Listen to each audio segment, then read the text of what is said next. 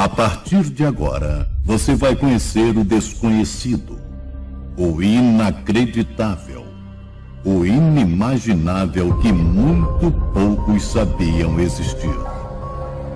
Você vai saber de uma verdade de causar impacto. Você está pronto? Se não, prepare-se.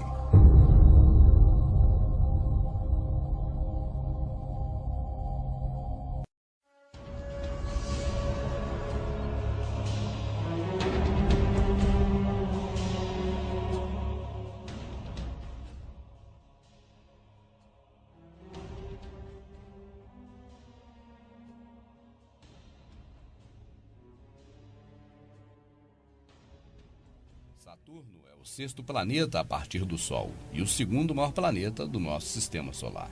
Imagens recentes de um dos polos do planeta Saturno revelaram uma forma de 6 lados. Usando geometria, vamos encontrar uma estranha combinação. Aqui o polígono de 6 lados. 6 pequenos triângulos. E estes padrões geométricos derivados do hexagrama dão uma combinação bastante estranha. 666. Como é isso hoje? Aqui está.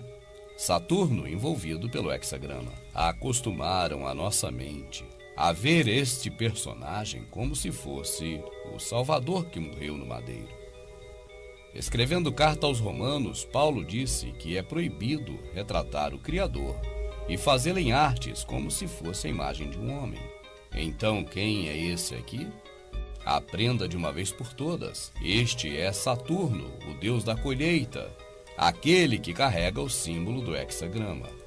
Na língua antiga suméria, o deus da colheita é chamado de Ninurta, o mesmo que Saturno em inglês.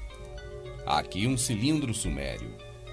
Sentado no trono está Ninurta, ou Saturno, o deus da colheita, segurando o arado. No lado superior esquerdo, no canto, está uma formação planetária. Percebe-se claramente o símbolo do hexagrama. A quem pertence atualmente a imagem que está nesse cilindro da Suméria?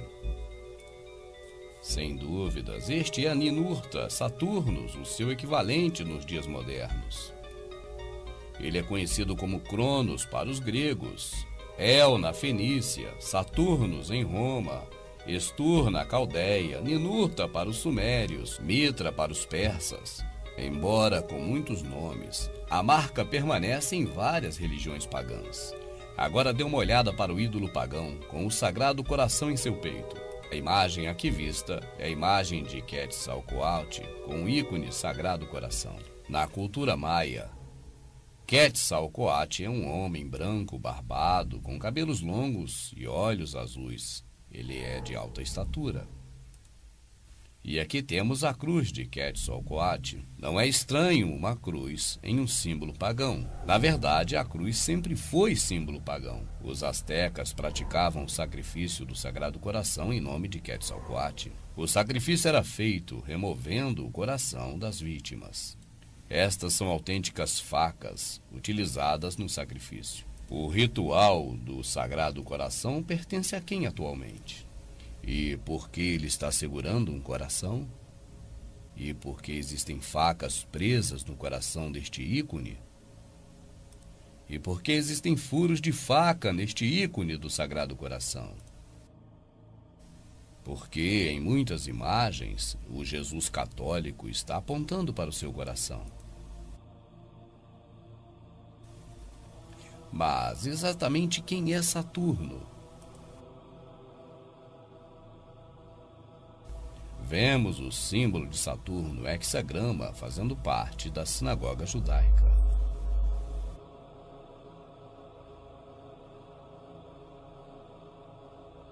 O hexagrama é um símbolo judaico, mas ele está no hinduísmo.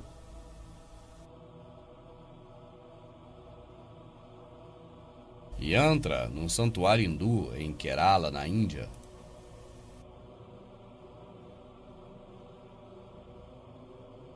Yantra hexagrama de 10.000 anos de idade, Satikona. Aqui está o deus hindu, Kali. Yantra sobre o deus hindu Shiva.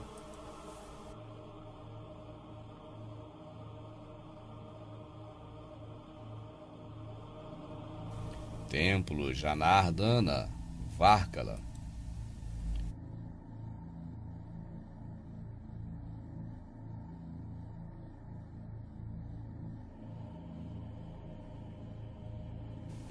Yantra em um santuário hindu em Kerala, na Índia.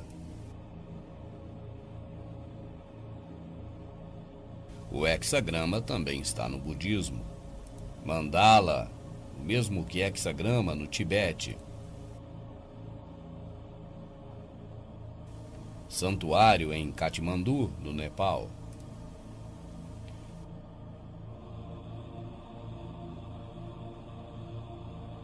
Santuário shintoísta Ise-jin-gu, no Japão. Santuário Manai Ninja, Japão. O hexagrama também está no Islã. Mesquita do século XVI, em Bekshasai, na Crimeia. Mesquita do Sultão Mameluco, 1503 d.C., em Al-Azhar, no Cairo, no Egito. Veja que a estrela, o hexagrama, o símbolo de Saturno, está presente nas principais religiões do planeta e em quase toda a sua totalidade.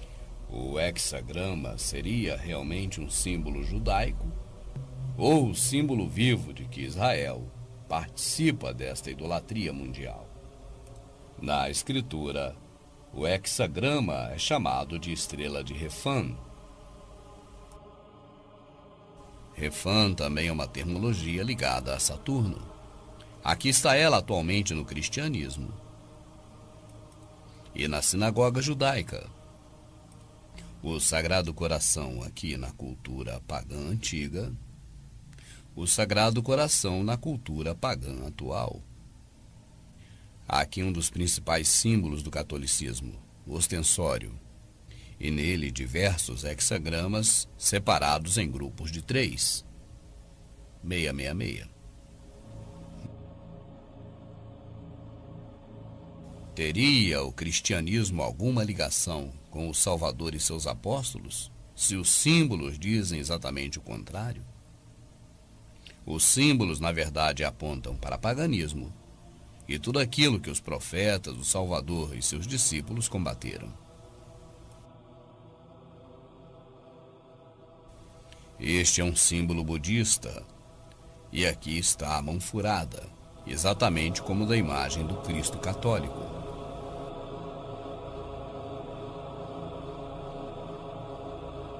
O gesto assinalado na mão furada do Cristo católico é apenas uma repetição do gesto de deuses de outras culturas pagãs.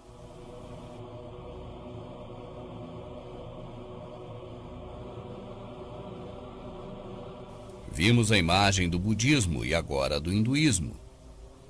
As crenças são diferentes, mas a imagem e o gesto das mãos é o mesmo. Na cultura religiosa pagã isso é comum. Os nomes vão mudando de acordo com épocas, costumes e regiões. Mas os gestos e imagens características continuam as mesmas.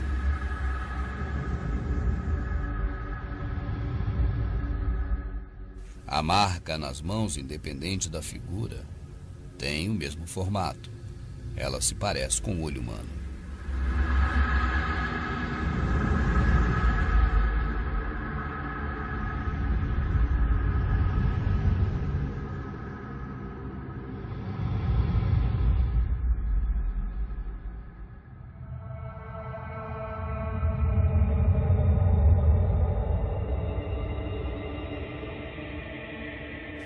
Vamos dar mais uma olhada na estrela de Refan, de acordo com diversas culturas pagãs religiosas.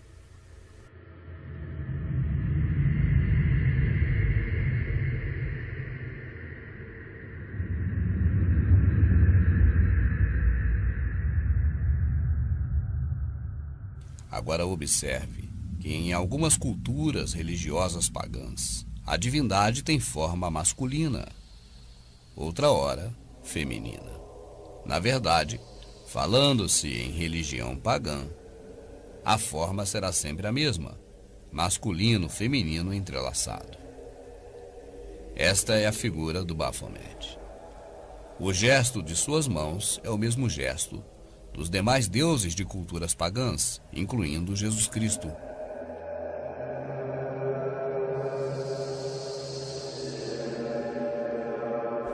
E o próprio Jesus Cristo.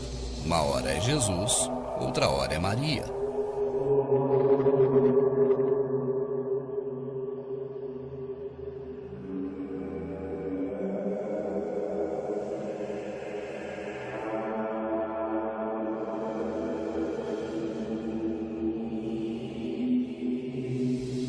Nós já vimos no início que o hexagrama forma, na verdade, 6 mini triângulos.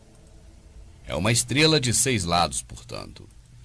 E seus padrões geométricos dão a combinação do 666. E aqui, de várias formas, você percebe as combinações que vão dar sempre o 666. Mais uma vez, a figura andrógena do Baphomet. A figura do Baphomet carrega em si subliminarmente o hexagrama.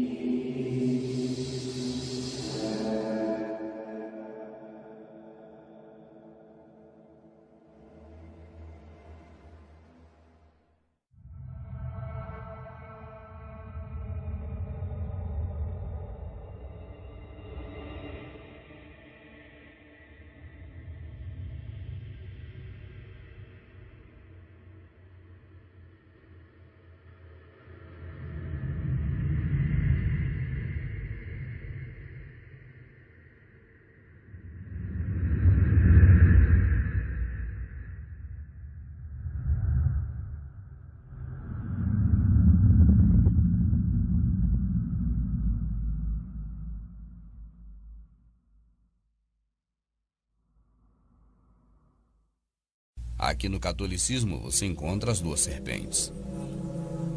Elas estão também agarradas no falo do Baphomet.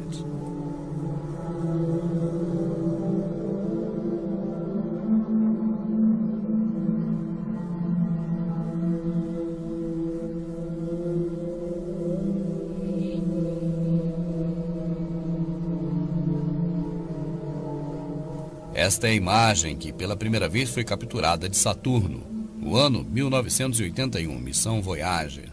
Esta imagem hexagonal em Saturno foi vista pela primeira vez pelos olhos humanos na década de 80. Ao ver essas imagens, cientistas da Terra ficaram maravilhados, pois as formas são geometricamente perfeitas e isto é inédito em qualquer planeta já conhecido. Mas embora apenas na década de 80 tenhamos condições tecnológicas de presenciar esse desenho geométrico em Saturno, misteriosamente, na cultura religiosa pagã antiga, ele já era conhecido. Mas neste objeto antigo dos sumérios, não é apenas a forma hexagonal que assusta as pessoas, pois ali também estão Júpiter, o cinturão de asteroides e Marte, retratados fielmente em suas posições. Em outubro de 2006, a sonda Cassini da NASA fotografou algo nunca antes visto. Esta imagem, parecida com um olho, jamais tinha sido observada em qualquer outro planeta. E ela está no polo sul de Saturno. Se você olhar com cuidado, verá que nas religiões pagãs, inclusive no cristianismo católico, estão presentes esses 2 símbolos, o olho e o hexagrama.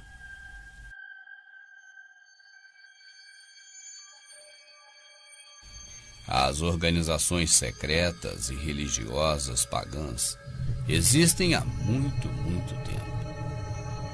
E elas já demonstravam seu louvor a Saturno através das imagens que estão nos polos deste planeta. A imagem hexagonal no norte e o olho no sul de Saturno.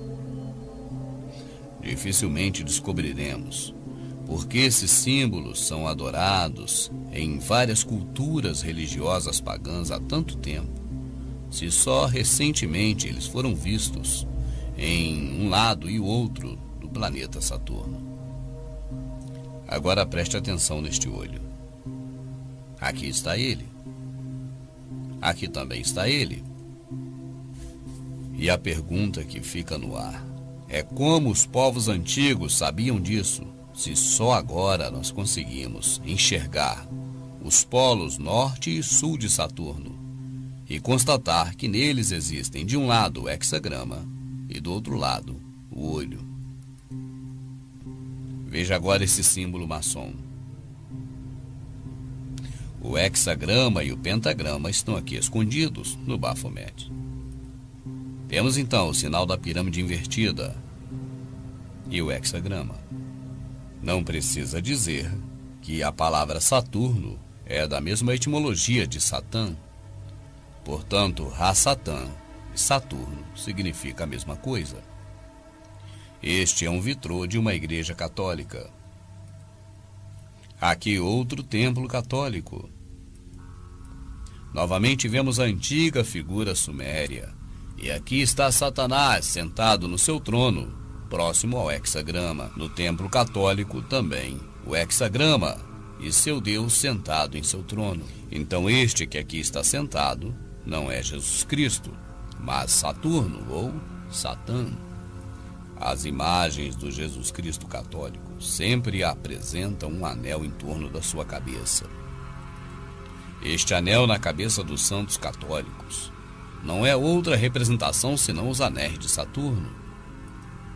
Aqui está uma imagem do Cristo em uma igreja católica. E aos seus pés, o pentagrama de Baphomet. Daí, as festas da Saturnália, o Carnaval, o Natal e todas as formas de cultos pagãos a Saturno, que na cultura religiosa pagã romana recebeu outros diversos nomes, como Hélios, Apolo e, finalmente, Mitra, o deus Sol romano.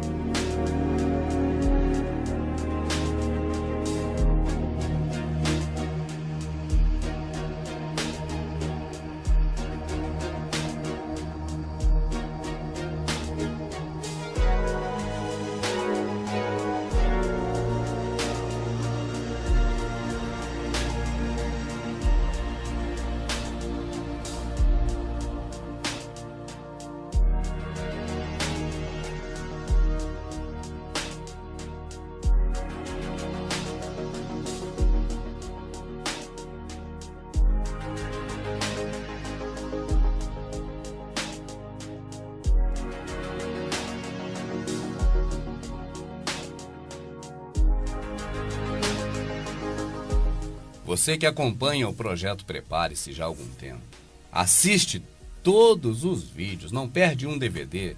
Eu agradeço por ajudar a colaborar com esse projeto, meu amado, e fazer com que a gente siga em frente, conseguindo manter a ideia viva e lançando cada vez mais notícias que a televisão esconde de você, ou dando a visão correta das notícias que a televisão apresenta para você.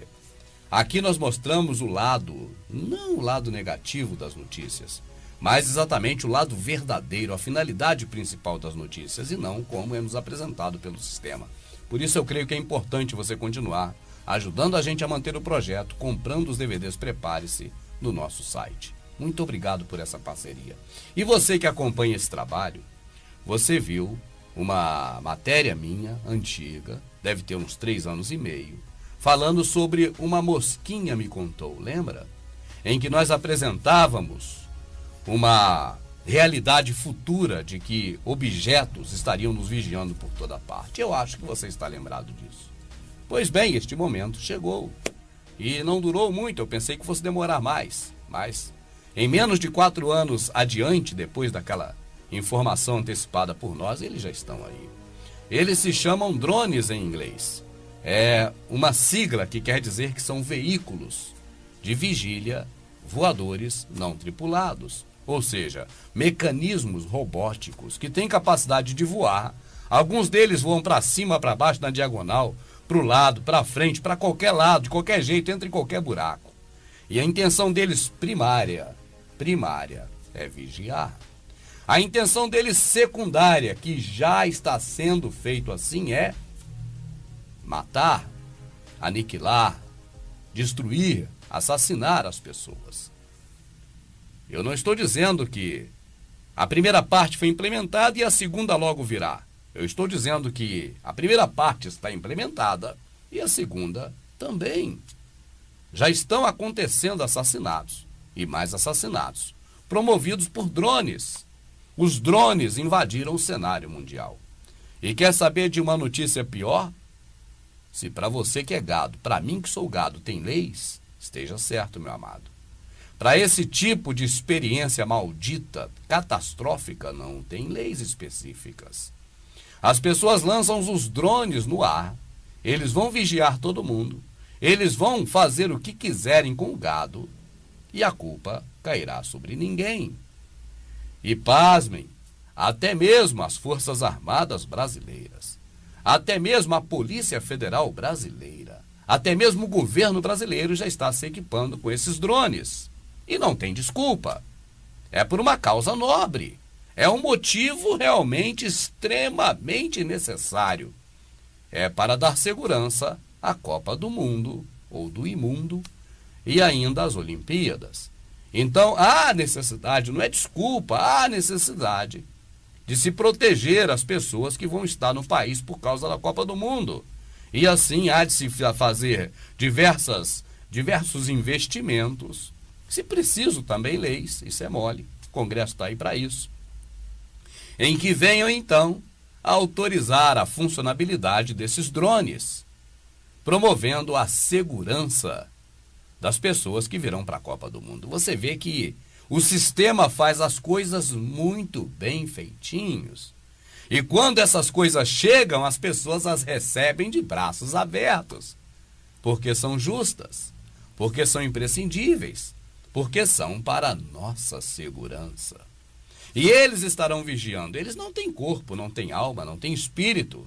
Eles têm apenas comandos robóticos e vão agir de acordo com o que estiver predeterminado em suas programações, seja teleguiado na hora ao vivo por um ser humano, ou seja teleguiado por uma máquina, por um computador ou por um chip desse tamaninho, incrustado na própria carcaça destes equipamentos. O certo é que eles estão já por toda parte. Já estão nos observando, já estão nos vigiando e já começaram também a nos matar. Em muitos lugares, esses equipamentos são utilizados para tirar vidas humanas e até mesmo vidas de pessoas inocentes, segundo, pasmem, relato até mesmo da mídia compromissada com eles, da mídia Illuminati que eles mesmos promovem. Essa mesma mídia deixou claro que esses drones têm tirado vidas de pessoas inocentes, civis. Agora você imagine, em uma guerra interna, e aqui eu tenho que puxar outro assunto, como por exemplo esta covardia que eles fazem, chamam de rebelde, quando eles pagam mercenários do próprio país. Eles quem? Os Estados Unidos? Não, meus amados, esqueça. Os que estão por trás do sistema mundial de governo, por trás também dos Estados Unidos, eles mesmos pagam os próprios concidadãos de cada país que eles querem destruir para se tornarem os rebeldes. E aí vão ter câmeras na mão para filmar as ações que fazem e aí distribuir para as televisões compromissadas com o sistema e para mostrar que os rebeldes estão do lado A, eles são os mocinhos. Afinal de contas, Hollywood nos acostumou com mocinhos e bandidos já há muito tempo. Não foi à toa. Desde os tempos do bom e velho Batmasterson, já haviam os mocinhos e os bandidos. Roy Rogers foi o mocinho. E hoje, os Roy Rogers da vida são os rebeldes, que estão aí a cada época, a cada momento, de acordo com o interesse, destruindo governos nas pedrinhas, pouquíssimas que ainda restam no sapato dos Illuminati. Desta vez é a Síria. E eu não duvido, se, embora as imagens que são feitas por eles próprios, o mesmo sistema que faz com que ela chegue até você, o mesmo através da TV, o mesmo sistema que patrocina aquelas ações, é claro, não há interesse deles em filmar drones, destruindo pessoas, arrancando pernas de crianças, decepando cabeça de bebês. Mas não tenha dúvida que esses drones também estão na Síria, sobrevoando tudo e detonando tudo pela frente. Este é o bravo mundo novo. Este é o admirável mundo que nós temos vivido. E eu pergunto, em homenagem ao irmão Darcy, até quando?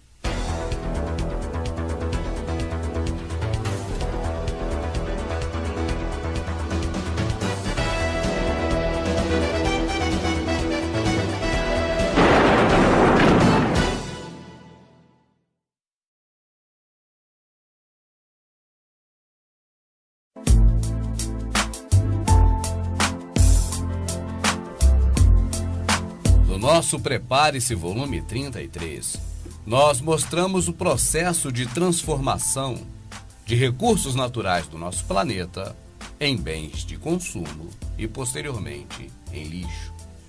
E inúmeras pessoas gostaram de saber destas informações que até agora estavam ou ocultas ou despercebidas, mas que, na verdade, de um jeito ou de outro, as pessoas não sabiam e agora estão sabendo.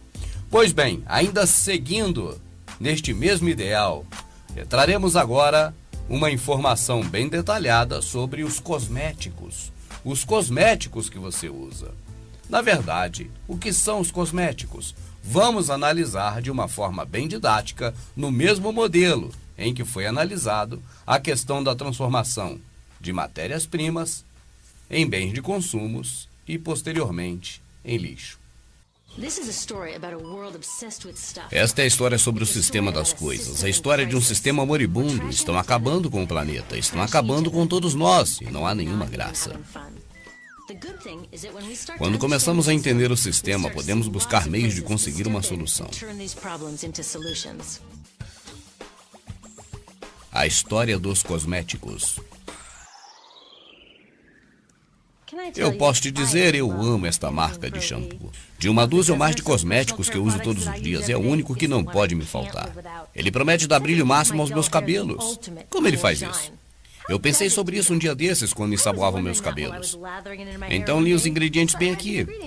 Sulfato de sódio laureato, EDTA tetrassódio, metilcloroisotiazolinona. E o que será isso? Eu levei essa lista a alguns cientistas. Descobri que meu shampoo contém um produto químico relacionado ao câncer. E muitos produtos no meu banheiro, do protetor solar ao batom e até mesmo o shampoo do bebê, contém químicos relacionados ao câncer e a outros problemas como dificuldades do aprendizado, asma e até mesmo danos ao esperma. E como muitos pais, eu procuro manter a minha família segura. Mas agora descobri que meu banheiro é um campo minado de toxinas. O que devo fazer? Para encontrar as respostas, temos que voltar a um dos pontos-chave da economia de materiais. Tóxicos entram, tóxicos saem. Se na fábrica você coloca químicos tóxicos, como um shampoo de bebê, você acaba tendo um shampoo de bebê tóxico. E ainda tóxicos nos trabalhadores, nas comunidades e, obviamente, também nos bebês. Vamos olhar mais de perto e ver como ela se infiltra em nosso dia a dia. No banheiro, uma mulher comum usa em média 12 produtos de cosméticos por dia. O homem usa em média 6. E cada produto contém uma dúzia ou mais de elementos químicos. Menos de 20% dos cosméticos químicos foram testados pelo Comitê de Segurança da Indústria. Então, simplesmente não sabemos dos seus possíveis efeitos quando usamos. Você voaria numa empresa aérea que inspeciona apenas 20% dos seus aviões? Mas é claro que nem todas essas químicas são perigosas. Sabemos que muitas são. Algumas são cancerígenas. Isso significa que causam câncer. Outras são neurotoxinas, toxinas que afetam o sistema reprodutor. Estes são conhecidos por danificar o desenvolvimento do cérebro e a reprodução de animais. Peraí, nós também somos animais. É como um experimento gigante. Estamos usando essas químicas misteriosas e apenas esperando para ver o que acontece. Uma coisa é certa, eles estão entrando em nosso corpo. Eu fiz um exame de nível de toxina no meu corpo e estou cheio de coisas como mercúrio, anti-inflamáveis, triclosano e chumbo. Todos nós sabemos, até os bebês estão nascendo pré-poluídos. Agora aprendi que não podemos viver no mundo livre de chumbo. Mas será que eles têm que colocar chumbo até em nosso batom? Eu não sei. Talvez eu apenas tenha comprado a coisa errada. Na loja, as escolhas parecem infinitas. Eu posso comprar batom em diversas cores ou shampoo para cabelo que é muito seco, oleoso, fino, fraco ou rebelde. Mas, e quanto às escolhas que realmente fazem a diferença? Como, por exemplo, a escolha de comprar produtos que são seguros. Acontece que não me deixam tomar as decisões mais importantes na hora de escolher um produto na prateleira. As decisões importantes acontecem quando as empresas e os governos decidem o que deve ser colocado nessas prateleiras. Mas que empresas são essas? Esta é a empresa a proteger o jogo. São os únicos a oferecerem a essência das ervas. O segundo maior shampoo nos Estados Unidos. Ele contém produtos petroquímicos tóxicos, derivados de petróleo. E desde quando o petróleo é uma erva? Nos rótulos dos cosméticos, palavras como ervas, natural ou até orgânico não possuem definição legal. Isso significa que qualquer um pode colocar qualquer coisa em uma embalagem e escrever como natural. E fazem exatamente assim. Você pode imaginar um produto de sucesso chamado Petroessências? Que nojo. E mais nojento ainda são os condicionadores direcionados a crianças de 5 anos e os cremes clareadores de pele. São super tóxicos, tanto nos ingredientes como também na mensagem que transmitem sobre o que é a beleza. Ah, aqui está a Estée Lauder me oferecendo uma chance para encontrar a cura para o câncer da mama. Muito bom. Mas espere, eles também usam químicos que estão relacionados com câncer. Você não acha que a melhor maneira da Estée Lauder combater o câncer é parar de usar esses produtos químicos em seus produtos? Então, na verdade, a minha possibilidade de escolha são apenas promessas sem valor escritas numa embalagem. Mas esses caras escolhem o que vai dentro dessas embalagens. Isso acontece bem aqui, nas fábricas onde eles criam as fórmulas. Por que os criadores destes produtos usam esses químicos? Eles estão tentando nos envenenar? Não, eles apenas perpetuam a mentalidade antiga de que a química ofereceria uma qualidade de vida melhor para as pessoas. E deste avanço esqueceram-se de se preocupar com o impacto na saúde humana. Isso foi há anos atrás, mas ainda hoje usam os mesmos químicos tóxicos. Hoje, as grandes empresas de cosméticos dizem que a dose de veneno nos seus produtos é pequena demais e não causam danos. Talvez se você os usar uma vez por ano. Parece que eles nunca saíram para ver que seus produtos são combinados com outros produtos dia a dia. Uma dose pequena de tóxicos nas axilas, mais uma no cabelo, outra nos lábios. E os funcionários de salões de beleza recebem essas doses todos os dias, durante todo o tempo. E a indústria já está acostumada a fazer assim. E eles podem fazer assim, simplesmente porque não existem leis para proibi-los de fazer assim. Você está pensando, é isso mesmo? Não me diga que ninguém está certificando que os produtos que usamos por todo o corpo são seguros? Não. O setor responsável não testa a segurança dos cosméticos, nem mesmo dos seus ingredientes. Na década de 60, eles baniram mais de 10 mil ingredientes usados em cosméticos. Mas não exigem que todos os ingredientes sejam listados no rótulo. Agora, este é um exemplo onde todos concordam que um pouco mais de ação do governo ajudaria. A falta de regulamentação deixa uma brecha enorme que as indústrias de cosméticos estão felizes, pois elas preenchem. Elas formam comissões próprias para auto-aplicar seus produtos. E o cumprimento das suas recomendações é voluntário. Assim, as indústrias de cosméticos fazem suas regras e decidem se deve ou não segui-las. Portanto, veja, não é a nossa culpa que esses produtos tóxicos estão em nossos banheiros. É um sistema todo falido que está ignorando uma regra simples. Tóxicos entram, tóxicos saem. Mas não estamos desamparados. Existem recursos online que podemos usar para nos proteger, identificando as melhores escolhas possíveis na loja. Mas a verdadeira ação está nas pessoas trabalhando para mudar o sistema. Porque se realmente queremos resolver esse problema, temos que começar com esses caras aqui.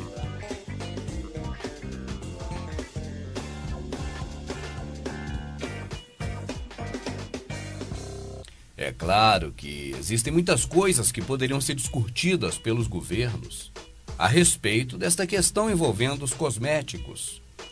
Leis simples poderiam, de uma forma eficaz, fazer com que as coisas fossem diferentes neste aspecto. Mas, na verdade, As pessoas que estão no poder estão comprometidas com o próprio sistema e não têm interesse em modificar essas questões.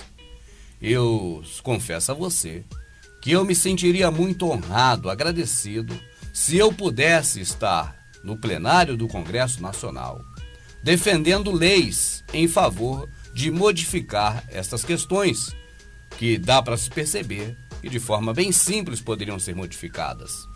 Tenho a consciência de que resolver o problema não resolveria, mas que, através da discussão de uma lei dessa no Congresso Nacional, certamente iria acordar muitas pessoas a respeito de coisas que elas nunca imaginaram. Então, na verdade, o objetivo não seria modificar o mundo que está aí, porque temos plena consciência de que isso não tem jeito, mas o objetivo seria traçar uma estratégia em que divulgar, na verdade, as vantagens de uma lei proposta por nós no Congresso, por exemplo, pudesse ser apenas um meio pelo qual se pudesse trazer essa discussão para o plenário, fazer disso ibope, trazer para que as TVs do próprio governo viessem a publicar, e elas publicam ao vivo, e que as pessoas pudessem ter consciência, não de que dá para mudar o mundo, porque isso não adianta, não tem como, e disso eu não tenho dúvidas. Por isso também eu não lutaria, mas certamente daria, com o pretexto de defender a lei, informar muitas coisas que a população deveria saber e que eu fico com a garganta e com a língua coçando para contar. Quem sabe um dia a gente consiga chegar lá.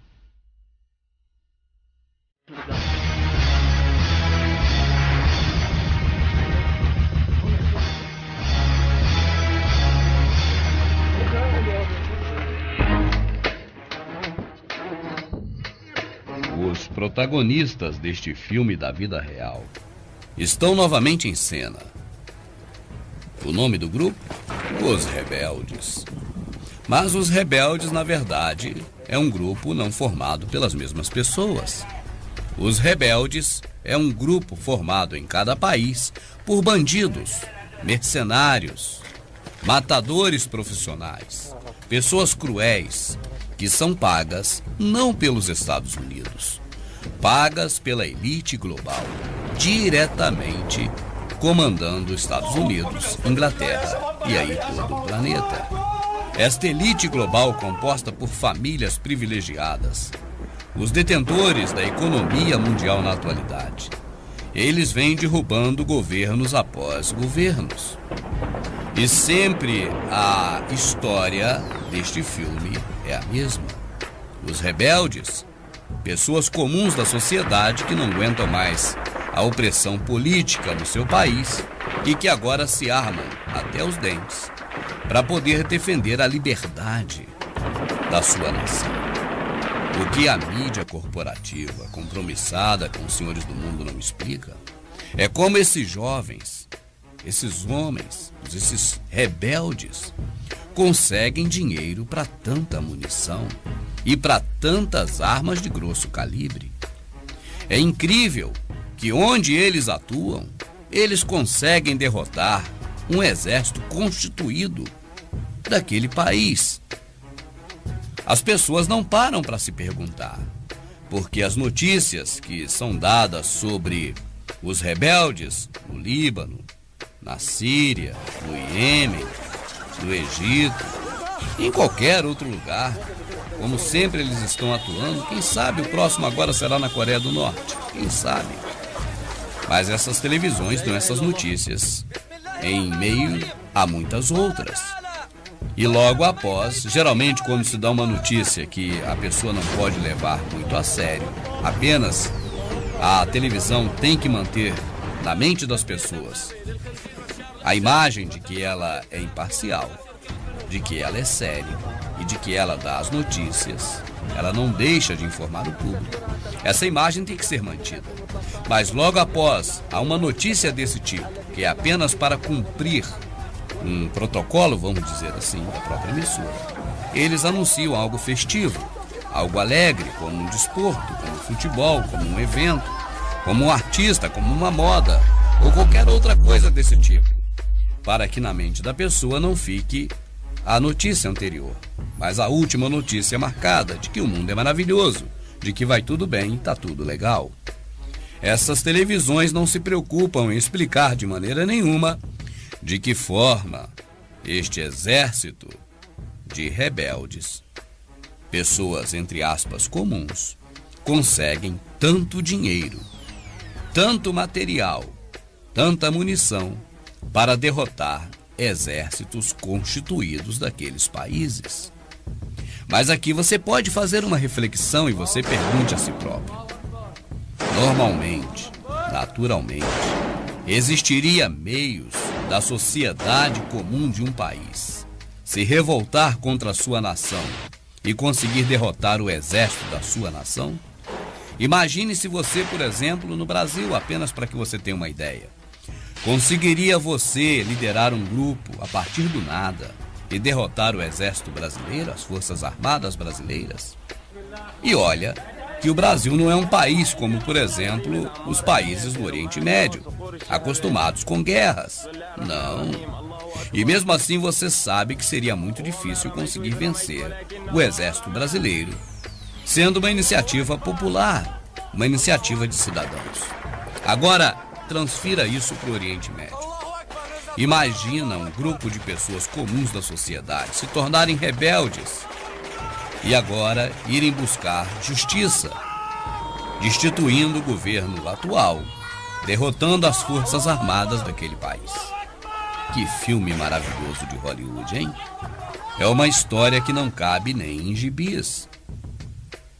Mas, neste filme da vida real, dos rebeldes contra o poder constituído de cada país, o final é glorioso para eles.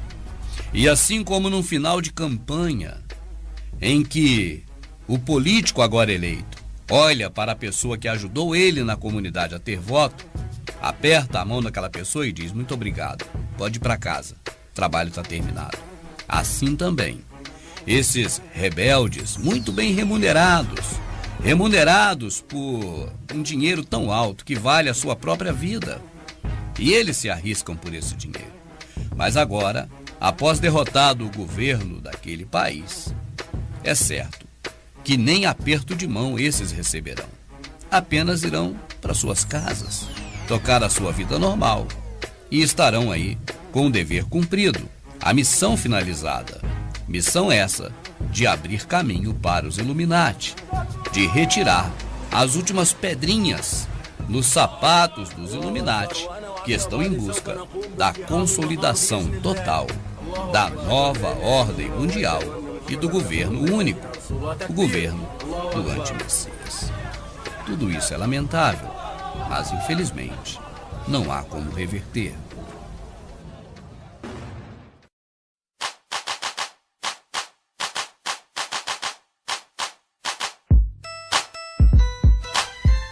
E quanto aos caixões da Fema, hein? Por que nunca mais se falou nele? O Prepare-se mesmo, nos DVDs 1 e 2, 3, falou-se muito dos caixões da Fema, mas de lá pra cá parece que os caixões ficaram esquecidos. Deixa eu te dar um recado, meu amado. Mesmo que eu, Rubens, você que está assistindo, se esqueça dos planos dos Illuminati por um momento, afinal de contas, porque nós ficamos ligados em muitas coisas que temos que estar ligados. E não podemos ficar com a mente fixa na mesma coisa a vida toda. Assim, claro, é comum esquecer por alguns momentos de uns detalhes, talvez bobos como este, que são os caixões da Fema. Mas aí bate a curiosidade. E neste momento nós paramos para refletir e nos perguntamos: bem, embora eu tenha me esquecido do caixão da Fema, embora muitas pessoas também que assistiram um vídeo e ficaram impactados tenham se esquecidos dos caixões da Fema, será que todos se esqueceram? Ou será que há um grupo que ainda não se esqueceu desses caixões e inclusive o estão transportando de algum lugar para o outro? Que grupo será esse, hein? De quem é esse símbolo mesmo, hein? Quem é que está transportando os caixões da Fema na atualidade, hoje, agora? É esse grupo mesmo? Esse símbolo não é estranho. Esse carro que transporta esses caixões da Fema tem um símbolo muito conhecido. E aí fica alguma coisa assim para a gente ficar pensando bem atento, né? Embora o Rubens tenha se esquecido dos caixões da Fema, embora você que assiste tenha se esquecido dos caixões da FEMA, saiba que nós pertencemos a um grupo. Um grupo. Mas existe um outro grupo. E este outro parece que não se esqueceu.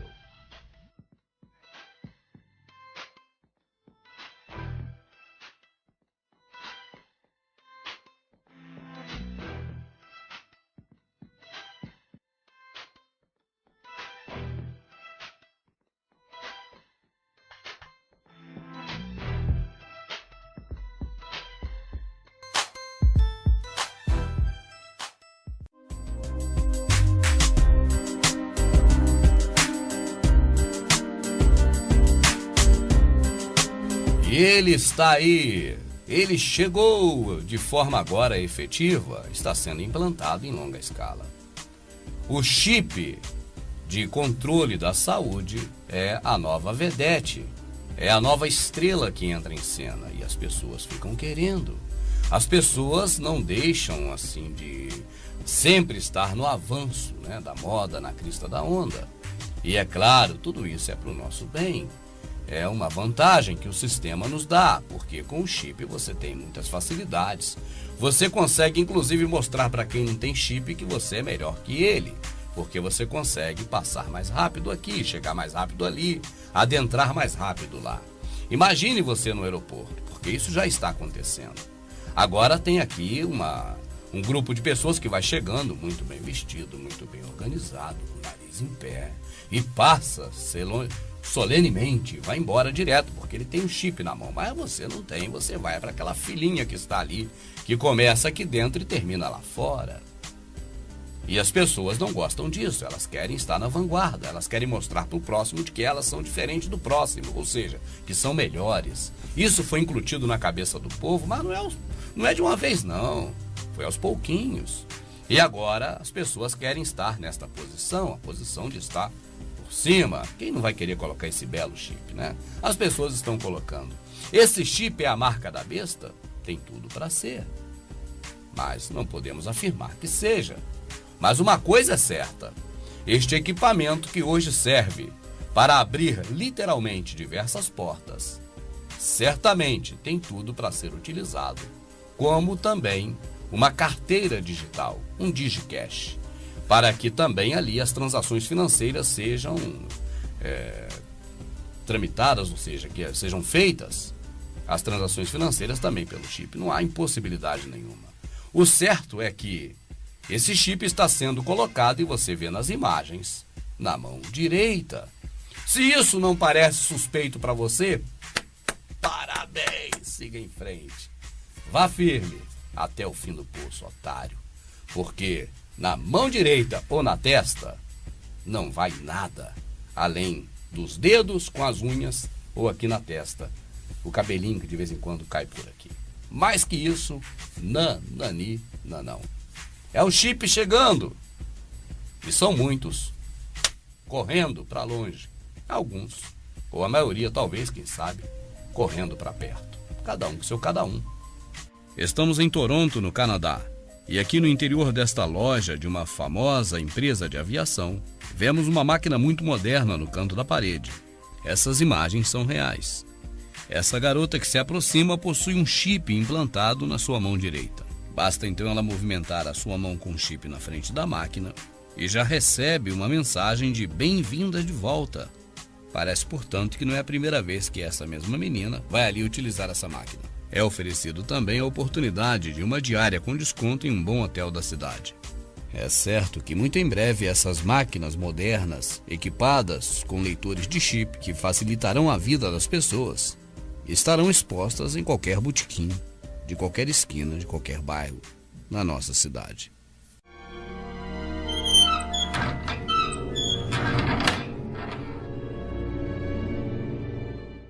Um representante do alto escalão da NASA veio a público há um tempo atrás e nos deu alguns alertas interessantes. Veja. O assunto que vou tratar agora é sobre você estar preparado para emergências. A NASA recentemente participou de um exercício na FEMA denominado Horizonte de Águia. Foi parte de um exercício anual feito pelo governo. E neste encontro eu fiquei sabendo sobre algumas coisas importantes de como me preparar e também minha família. E é sobre isso que eu estou aqui para falar. Sabe, a FEMA e a NASA são organizações incrivelmente únicas. Nós somos organizações do governo federal responsáveis pela segurança física e o bem-estar do nosso povo, não somente aqui na Terra, mas também fora do planeta. A minha experiência como astronauta e oficial da Marinha me faz sempre falar sobre o preparo da família e de ter certeza de que havia um programa viável de apoio. Eu estou preocupado de que o nosso programa neste momento não seja tão bom quanto deveria ser. Então, o que peço a cada um de vocês da família NASA, mesmo que esteja na costa do leste, no oeste, no Golfo ou lá na região das Grandes Lagos, é que pense sobre desastres naturais que podem ocorrer na sua região. Pensem num ataque como o de 11 de setembro, que pode vir de forças exteriores. O que os familiares precisam fazer frente ao imprevisível. Desenvolva plano de preparação para uma emergência na sua casa. Disponibilize um kit de suprimentos de emergência. A maior parte das pessoas que moram ao longo da costa do Golfo sempre tem um kit de emergência no caso de furacões. Não estou certo de que as pessoas que moram na costa oeste pensam em terremotos ou coisas semelhantes. Mas tem um kit de emergência na sua casa. Pense também no plano de comunicação. Onde todos nós vamos nos encontrar no caso de uma emergência, quando todos estão em diferentes pontos da cidade? O que faremos? Vamos ligar um para os outros pelo celular? Pense sobre isso. E em caso de animais de estimação, pense sobre um plano de preparação para uma emergência. Certifique-se de que esses animais serão cuidados quando você estiver espalhado em todos os lugares da cidade. E em caso de membros da família que exigem cuidados especiais, faça um plano de preparação para necessidades especiais. A certeza de que obteremos sucesso em nossa missão é estar seguro de que nossas famílias estão sendo cuidadas, para que nós possamos vir ao trabalho e nos sentir bem. Devemos ter a certeza de que se surgir uma emergência, nossas famílias serão cuidadas. Assim eu te peço de novo, sente-se com a família, pense no que faria em uma situação de emergência. Eu espero que você abrace e apoie o programa de preparação da família. E assim todos nós nos preparamos para melhor lidar com situações de emergência. Saiba o que você vai fazer, saiba o que sua família vai fazer, mas acima de tudo, prepare-se. E como podemos observar nas declarações então deste homem que fala oficialmente pela NASA, na verdade o problema é de cada um e cada um deve dar o seu jeito, porque a NASA vai apenas mais uma vez acompanhar para ver o que acontece.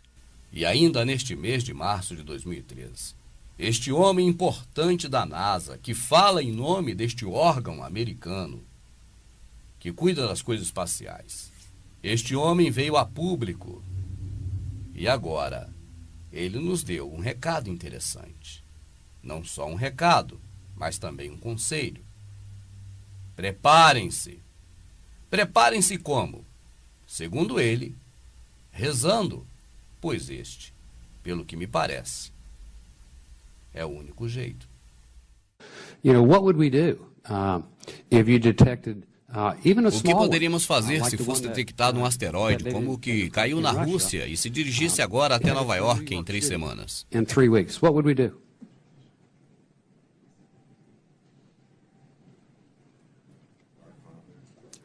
And bend over and what? Não, quando vir, nós, sabe, lá é algo, eu não, isso é. Tenho que voltar a dizer o que já disse. Estes são eventos extremamente raros.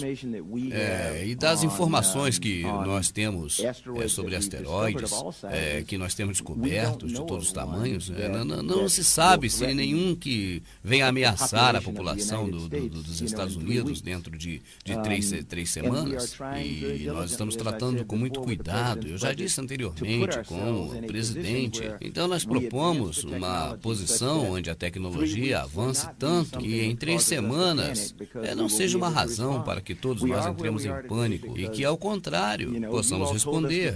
E nos encontramos nessa situação porque, já foi dito, nós precisamos que o Congresso crie fundos junto com a administração para fazer isso. Mas esses fundos, na verdade, nunca chegam e não me importa de quem é a culpa.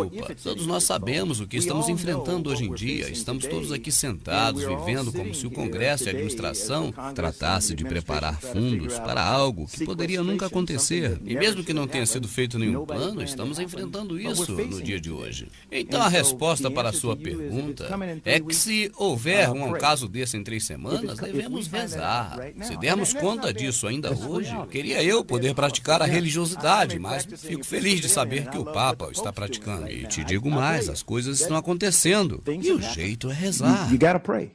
Há um pouco tempo atrás, eu coloquei aqui uma reportagem que saiu no DVD, volume 26, em que iria cair um pedaço de lixo espacial na Terra e que o repórter da Rede Podre de televisão disse assim: esse objeto vai cair em algum lugar. Tipo assim, não me pergunta onde. Você está lembrado? E disse: a NASA está acompanhando. A NASA está acompanhando para ver onde vai cair. Evidentemente é isso. E eu disse naquela oportunidade: a NASA é um órgão criado pelos Illuminati para que a gente pense que alguém cuida de alguma coisa por nós. Mas a NASA não pode fazer absolutamente nada. A NASA não é isso que nós vemos através dos filmes de Hollywood, através do Jornal Nacional compromissado com o sistema Illuminati, através da rede podre toda e das emissoras que seguem, todas elas, desse sistema maldito. A NASA não é o que essas emissoras mostram.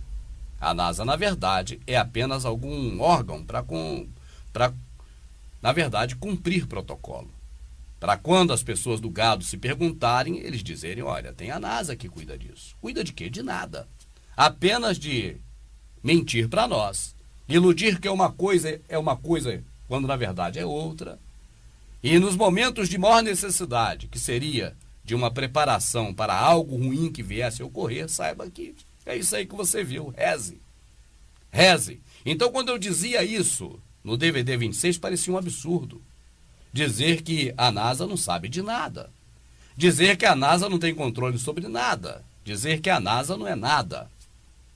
Mas agora, pelas declarações desse próprio diretor da NASA, de que o jeito é rezar, eu penso que você está mudando um pouco o conceito sobre as coisas que você ainda acreditava que no mundo estavam a seu favor.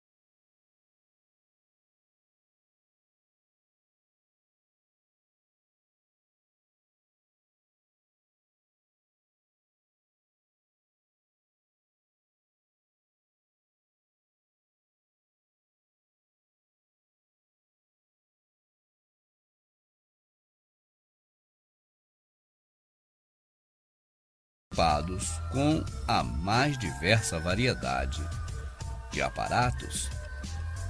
Por exemplo, ele pode ser usado para localizar pessoas em algum local de difícil acesso, fazer o reconhecimento, inclusive dar as coordenadas corretas com precisão milimétrica, para que seja disparado através de uma arma em terra ou no ar, um projétil a fim de destruir o alvo reconhecido.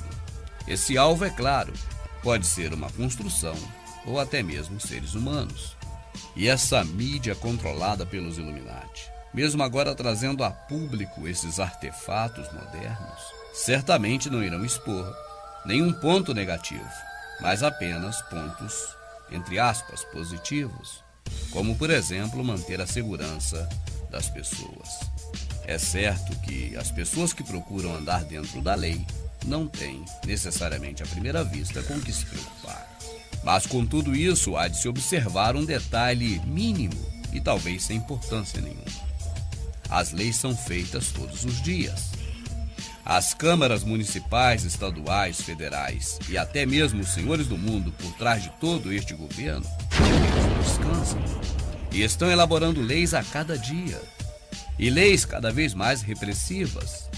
Assim, hoje, o gado, que somos nós, podemos pastar em uma determinada área, mas amanhã, quando for feita uma cerca nesta área através de uma lei, se nós ali formos pastar novamente, certamente, estaremos fora desta lei. E assim ficando à mercê de tudo isso que os Illuminati têm contra nós, inclusive seus modernos drones.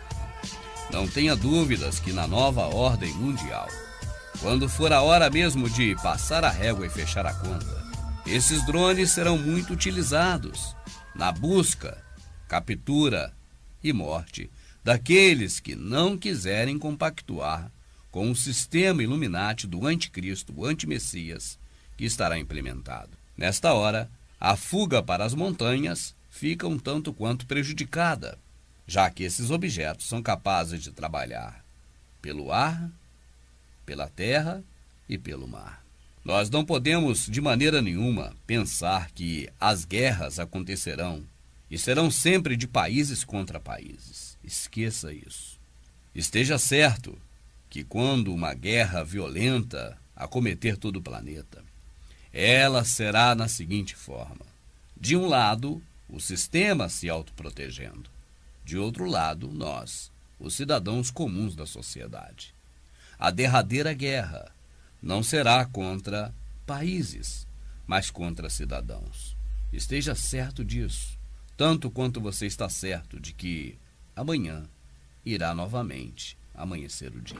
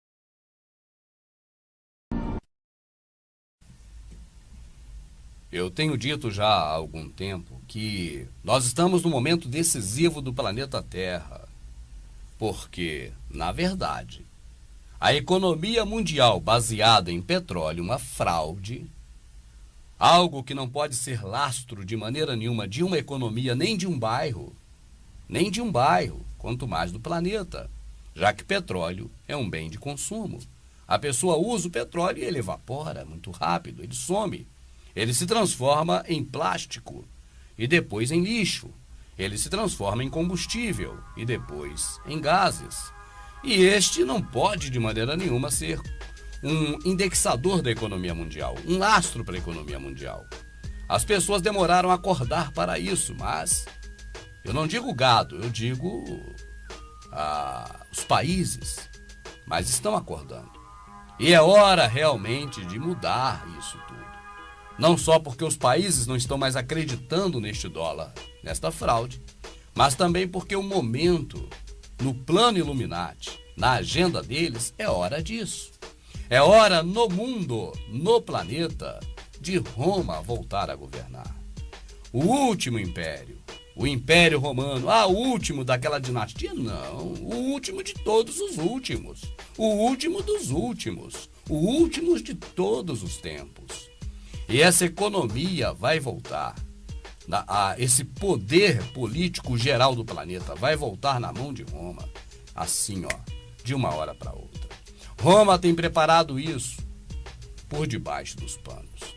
A mídia mundial raramente solta alguma coisa sobre o poderio de Roma, dominando as indústrias, dominando o capital, e já domina a riqueza normal, a riqueza natural, que é o ouro. Mas quando nós vemos então a mídia mostrando que o Vaticano possui empresas aqui, capital ali e coisas deste tipo acolá, aí nós ficamos de anteninhas ligadas, porque demonstra realmente que o apito do final desse jogo está muito próximo de ser ouvido e que neste momento nós não teremos mais opção a não ser deixar o campo e partir para o chuveiro. O prédio usado pela famosa joalheria Bulgari é uma das posses do Vaticano. Os investimentos secretos da Igreja Católica foram descobertos pelo jornal britânico The Guardian. Segundo a reportagem, o Vaticano também tem grandes imóveis aqui na França e na Suíça. Um império que começou a ser construído em 1929 com a ajuda do regime fascista do italiano Benito Mussolini. Ele deu dinheiro ao Papa Pio XI em troca de apoio ao seu regime. Desde então, o patrimônio só cresceu. Em 2006, em meio à crise econômica nos Estados Unidos e na Europa, a igreja investiu 15 milhões de libras na aquisição de edifícios. Tudo por meio de empresas com sede em paraísos fiscais e de terceiros, como importantes executivos de bancos europeus. Estima-se que o império esteja na faixa de 500 milhões de libras, mais de R$1,5 bilhão de reais. O Papa Bento XVI se recusou a comentar o caso. A história de Nimrod Semiramis já foi muito bem contada aqui por diversas vezes. E você não tem dúvidas nenhuma sobre os fatos que ocorrem na questão de leis, na questão de organização do planeta de uma forma geral, na comunicação e principalmente na religião, que são interligados a Semiramis e Nimrod. Você já sabe das grandes homenagens feitas tanto a um quanto a outro. Muito você já sabe, porque você acompanha o projeto Prepare-se há algum tempo. Mas agora eu quero trazer uma abordagem diferenciada disso. Eu quero deter com você sobre um ponto de vista, sobre um aspecto deste relacionamento religioso, pagão, místico, do miticismo, da mitologia, só que direcionado para um nome específico. Vamos observar a questão envolvendo o Nimrod, o Deus Sol, agora personificado como Saturno. Vamos observar ao longo das eras este paganismo religioso centralizado nesta figura, na figura de Saturno. Embora, claro, saibamos que o próprio Saturno é Apolo, é também Mitra, é Hélios, é tantos outros na mitologia grega, romana e de outras culturas religiosas do passado. Mas aqui eu quero que você preste atenção e observe que estaremos abordando especificamente a figura pagã de Saturno. Acompanhe comigo.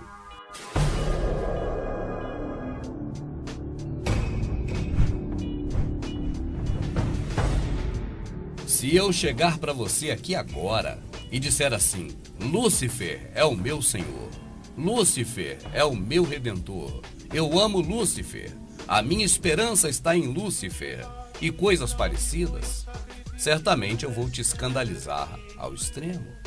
Você dirá: este irmão Rubens eu sempre desconfiei, ele realmente é do capeta, é um herege, ele é do diabo. E eu te digo, amado, se você ouvisse uma referência dessa a Lúcifer, em reverência, mas não vinda de mim, vinda diretamente do catolicismo romano, vinda diretamente do papado, vinda diretamente do Vaticano, o que você diria? Será que os papas, os católicos, os grandes homens da religião católica viraram de lado, deixaram Deus e partiram para Lúcifer? Por que será que nas missas e nos cânticos litúrgicos católicos eles fazem evocação a Lúcifer? Ou você não sabia disso? Você que é católico e não sabia que é comum no catolicismo, em latim, a reverência a Lúcifer? Então, veja esse trecho de uma missa celebrada em uma quarta-feira, logo após o anúncio da renúncia do Bento XVI. Aconteceu exatamente 3 dias ou 2 antes do dia da renúncia, numa quarta-feira, e a Igreja Católica promoveu essa missa, e nela você ouve claramente as reverências a Lúcifer. E eu te digo, e pergunto, será que neste aspecto, neste ponto, eles fizeram algo estranho? Ou isso é normal? Vamos acompanhar. Et in odorem suavitatis acceptus, supernis luminaribus misceatur, flammas eius, Lucifer matutinus inveniat, ille inquam Lucifer quine... Nossa, irmão Rubens, que coisa horrível! O catolicismo reverencia Lúcifer realmente? Eu não acreditaria se não tivesse ouvido nas vozes dos próprios padres cantando este louvor a Lúcifer, essa reverência. Irmãos, mais uma vez te enganaram feio. Na verdade, é claro que o catolicismo não está reverenciando ao Salvador que morreu no madeiro por nós. Mas é certo, e não tem como negar, que eles atribuíram ao nosso Salvador, que morreu por nós, o nome de Lúcifer. Na verdade, foi Jerônimo, quando traduziu a Vulgata. Ele pegou o texto que dizia a respeito da brilhante estrela da manhã. Hoje nós sabemos que é Vênus, é um planeta. Naquela época apenas se via da Terra um corpo celeste luminoso. E este foi chamado de a brilhante estrela da manhã. Quando Jerônimo traduziu a brilhante estrela da manhã para o nosso idioma, ou seja, aquela que traz a luz na manhã, ele traduziu por portador da luz, ou Lúcifer. Mas esta palavra, brilhante estrela da manhã, que foi traduzida na Bíblia pelos católicos como Lúcifer, na verdade, ali naquele texto diz respeito ao Salvador. Ele chega a dizer, está escrito em Apocalipse, eu sou a raiz de Davi, eu sou Lúcifer. Isso na tradução da Vulgata. Mas, na verdade, ele estava dizendo, eu sou a raiz de Davi, eu sou o portador da luz, que foi traduzida por Jerônimo como Lúcifer. Algumas Bíblias antigas, nas versões mais antigas, feitas na tradução do padre João Figueiredo, pode-se ler claramente nos textos que falam a respeito do portador da luz ou da brilhante estrela da manhã, pode-se ver claramente escrito Lúcifer, ainda hoje. Então, assim por dizer, você pode estar certo disso.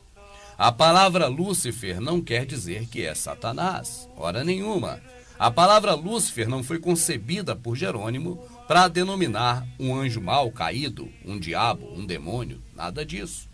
Isso é mais uma fantasia do paganismo atual, porque, na verdade, quando Jerônimo pegou o título que pertence ao Salvador, o nosso que morreu no madeiro por nós, o enviado pelo Criador, aquele que nasceu lá em Belém, quando pegou a referência daquele homem como o portador da luz, Jerônimo traduziu por Lúcifer em latim, o portador da luz.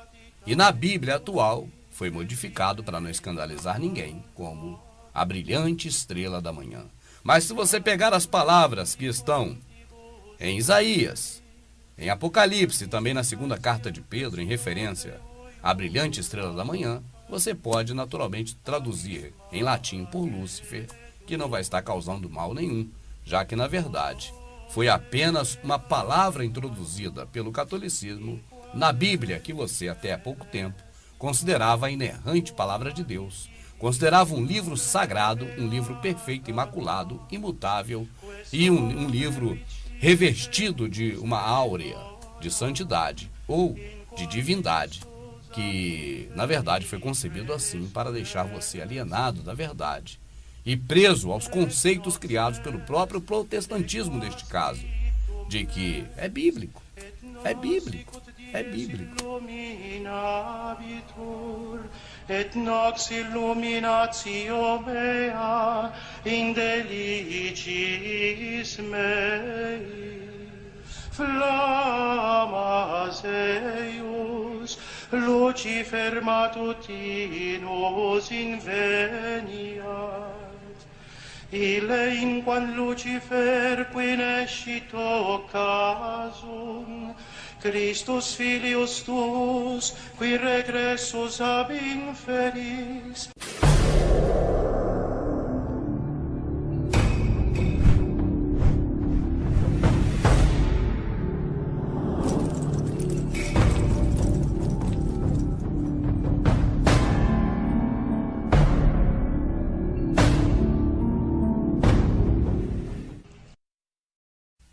E na mesma linha do vídeo sobre os produtos que são feitos para serem destruídos, tipo, aquele que vem da natureza, se transforma em um bem utilizável, vai imediatamente para o lixo e acaba virando detrito, acabando por destruir o nosso ecossistema e nosso planeta. E com esse processo todo, envolvendo principalmente o capitalismo desenfreado, as pessoas querem ganhar cada vez mais na produção. E aí transformam mais rapidamente matérias-primas em bem de consumos e daí para o lixo, sendo um passo. Vamos acompanhar agora um raciocínio nesta linha, mas vamos direcioná-la exatamente para os produtos eletrônicos. Vamos ver como isso funciona, vamos ver o que está oculto, o que a televisão não quer que você saiba, o que o processo Illuminati que está aí não quer que você tome conhecimento a respeito de verdades envolvendo o processo de produção de equipamentos eletrônicos. Acompanhe comigo e eu volto no final. Essa é a história sobre o sistema das coisas. A história de um sistema moribundo. Estão acabando com o planeta, estão acabando com todos nós, e não há nenhuma graça. Quando começamos a entender o sistema, podemos buscar meios de conseguir uma solução. A história dos eletrônicos. Outro dia eu não consegui achar o carregador do meu computador. Nele estão meu trabalho, meus amigos, minhas músicas. Então eu procurei por toda parte, até na gaveta onde fica isso aqui, ó. E sei que você também tem muitos desses carregadores que te serviram, mas hoje é lixo. Como eu juntei tanta coisa assim? Eu não sou de comprar tudo que vejo.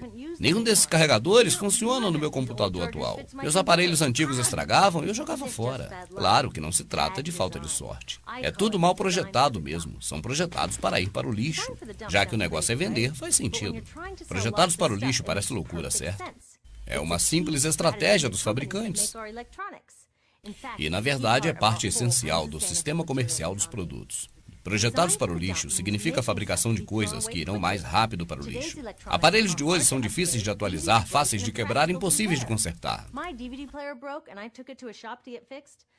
Meu DVD quebrou, levei para o conserto. O técnico pediu $50 para o orçamento. Um novo custa $39.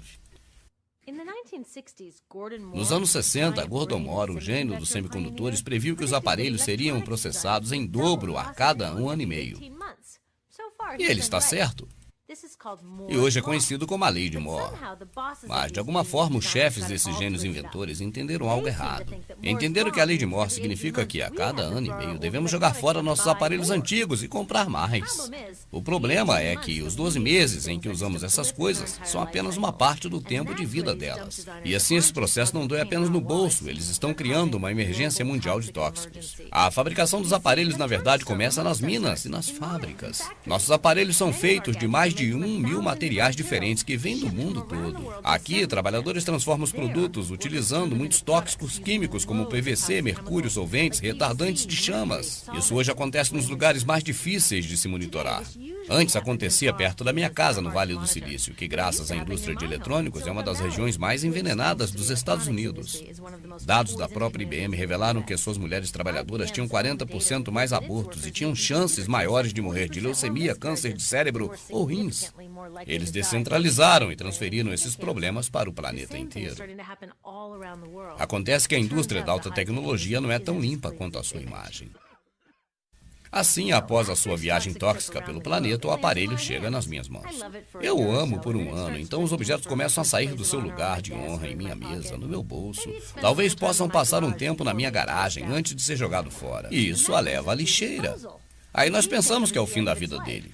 Na verdade, acabou se tornando parte das montanhas de lixo dos aparelhos que fazemos o ano todo. Lembra como esses aparelhos foram enchidos de tóxicos químicos? Bem, tem uma simples regra de produção. Tóxicos entram, tóxicos saem.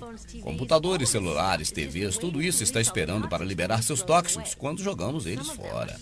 E alguns deles estão liberando essas coisas mesmo enquanto estamos usando-os. Sabe aquelas TVs velhas e grandes que as pessoas estão trocando por telas planas de alta definição? Cada uma tem cerca de 2,5 kg de chumbo. Chumbo! Chumbo venenoso mesmo.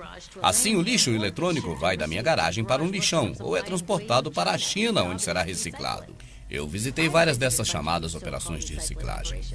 Trabalhadores sem proteção sentam-se no chão, quebrando aparelhos abertos para procurar neles metais valiosos e queimar o que sobra. Assim, compro um novo material para me intoxicar, enquanto meu velho aparelho está intoxicando algumas pessoas mais na Índia ou na Nigéria. Todo ano, nós geramos 25 milhões de toneladas de lixo eletrônico que são despejados, queimados ou reciclados. E esta reciclagem pode ser qualquer coisa, menos verde. Então, os gênios que inventam esses aparelhos são gênios do mal? Penso que não, pois os problemas que eles estão criando são bem escondidos, até mesmo deles. Estas empresas trabalham para manter tudo isso longe das suas contabilidades.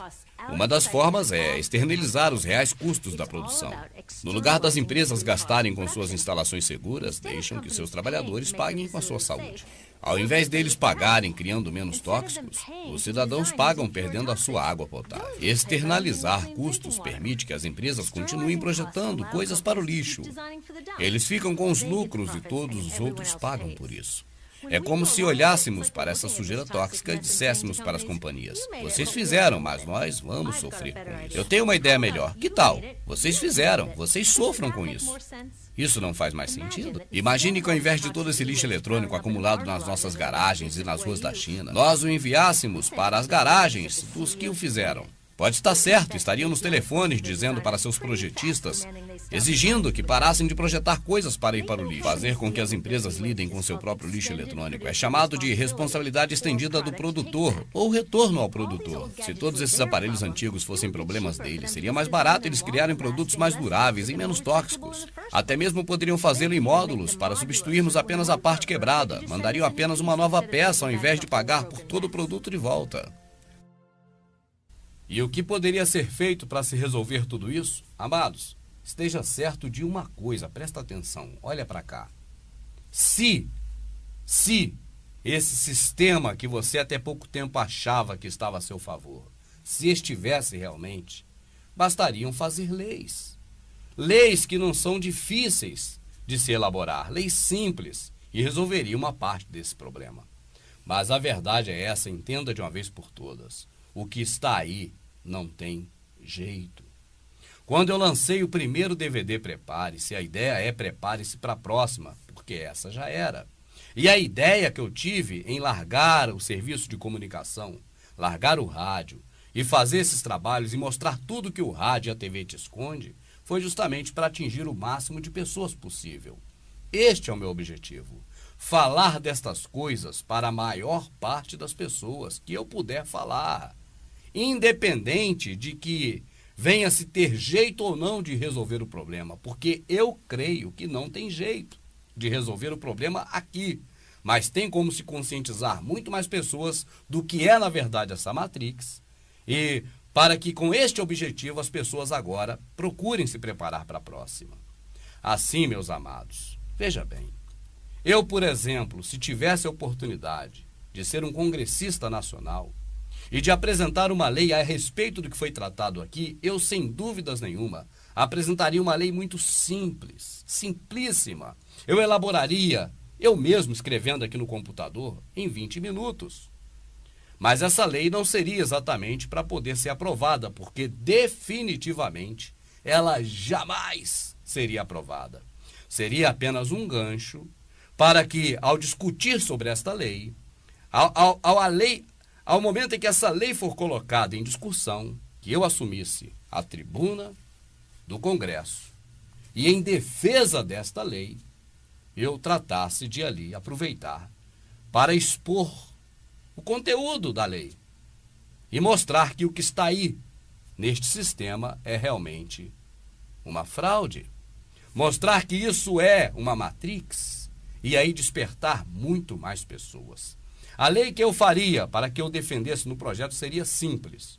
Olha, o fabricante, a partir desta data, seja ele de qual produto for, é responsável por este produto, do momento que ele fabrica até o momento que ele é vendido, e também, aí que está, e também no momento em que a pessoa que comprou decida não mais utilizá-lo.